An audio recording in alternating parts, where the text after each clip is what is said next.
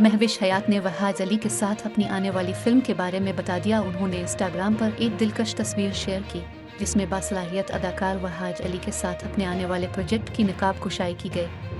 महविश हयात की जानिब से शेयर की गई इंस्टाग्राम तस्वीर में दोनों अदाकारों के दरमियान दोस्ती के एक लम्हे में केमिस्ट्री और उनके आने वाले प्रोजेक्ट की तवक्कुआत को जाहिर किया गया।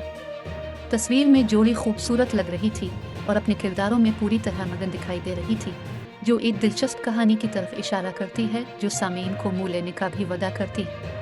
पोस्ट के साथ कैप्शन ने महविश हयात और वहाज अली के दरमियान इश्तिराक का इंकिशाफ किया, जिससे मद्दाहों को उनकी ऑन स्क्रीन जोड़ी के बारे में बहुत खुशी हुई।